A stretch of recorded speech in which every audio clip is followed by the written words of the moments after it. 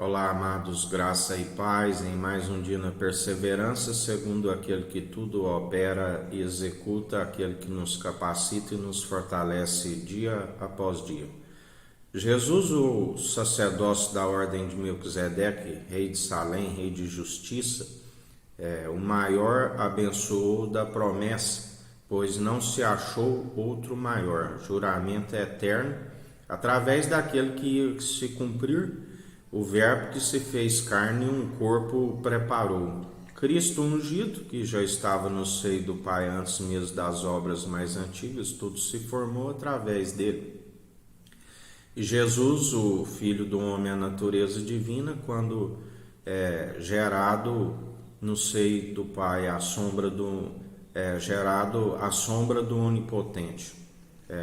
Jesus ainda disse: o último dos profetas nascido do ventre de mulher foi João Batista, que foi grande. De agora em diante não haverá mais mestre entre vós, mas aqueles que anunciam através do grande profeta a promessa de Deuteronômio 18:18, suscitarei é alguém que passou pela morte, e morte de cruz, e ressuscitou ao terceiro dia, vive e reina, e a um coração contrito e arrependido ele não despreza e faz morada em nós. E não somos nós que anunciamos, mas o seu Espírito utiliza a nossa boca. Há uma comunicação. Nós ouvimos aquilo que ele está a falar e se transforma em voz audível aonde os irmãos estão a ouvir aquilo que ele está a anunciar em nossa boca. Quando Jesus ali martirizado no Monte das Arábias, ele derramou o seu sangue fora da porta da cidade. Isso nos demonstra que ele derramou o seu sangue. O sangue é para expiação. Quando na antiga aliança se fazia a expiação pelo sangue dos animais, se purificava o exterior. Era meramente as leis de Moisés, entregue pelo próprio Deus através de Moisés, através também do Filho do Homem veio a graça, onde ele cumpriu a lei de Moisés, cumpriu os mandamentos através da lei de Moisés. Nós não somos cumpridores, segundo não há devida cumprimento, segundo a lei ninguém se consegue, a não ser aquele que é o elo da perfeição. Nós tropeçamos sempre de alguma forma, mas através da graça, a sua obra nos justifica, para que ninguém se glorie em suas próprias obras. Mas mesmo assim, temos que produzir as obras sendo seus imitadores, para que haja justiça e ele nos justifique. Porque ele disse: aquele que negar a si mesmo, carregar a sua cruz e me seguir, também fará as mesmas obras maiores, porque eu vou para o Pai, onde ele nos envia o outro advogado, o Consolador e o batismo de fogo. Se o sangue dos animais era para purificação exterior, como que homens de fé, assim como ele diz, o Deus de Abraão, de Isaac e Jacó, que perseveraram segundo a fé, assim como homens fecharam boca de leão, conquistaram reinos e nações segundo a fé. Se o sangue era utilizado pelos animais e se purificava o exterior, porque eles tinham esta fé. Porque o que santifica e purifica o interior não é o sangue é para a expiação dos pecados, mas o que purifica e santifica o interior é a palavra, onde antes era só a palavra, que é a água viva e eficaz, com o Espírito, e agora 3 proclamam quando ele derramou o seu sangue fora da porta da cidade. Este derramar o seu sangue, esvaziar na cruz fora da porta da cidade, significa que ele derramou não somente para ali os judeus que se encontravam ali e se encontra no Monte das Arábias, mas ele derramou para todos os povos, línguas e nações, porque o seu sacerdócio não tem genealogia da ordem de Melquisedeque, rei de Salém, rei de justiça. Trouxe pão e vinho, o maior abençoou o menor da promessa. Ele é a promessa, é a primícia, o unigênito do Pai, a primícia de toda a criação e ressurreição. E ele é para todo aquele que nele crê, não tem nação com exclusividade. Ele esvaziou, derramou seu sangue fora da porta da cidade. A expiação pela culpa e dos pecados é para todo aquele que nele crê, independente de povos, línguas e nações.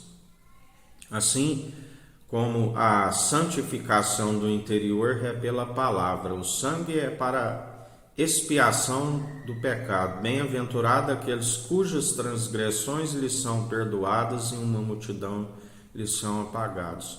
Mas lembrai-vos que ele fez aonde se fazia várias oblações com os animais, se purificava a expiação pela culpa, ele através de uma única oblação. Por isso é muito importante, uma vez reconhecer, jamais virar as costas para os santos mandamentos, porque conforme uma única oblação há a expiação pelos pecados, mas quando se retrocede, fica-se retrocedendo sempre ao pecado, já está, uma vez conhecendo a verdade e sendo santificado, está zombando dele publicamente. É o vitupério que a palavra diz. Aqueles que um dia o confessaram de boca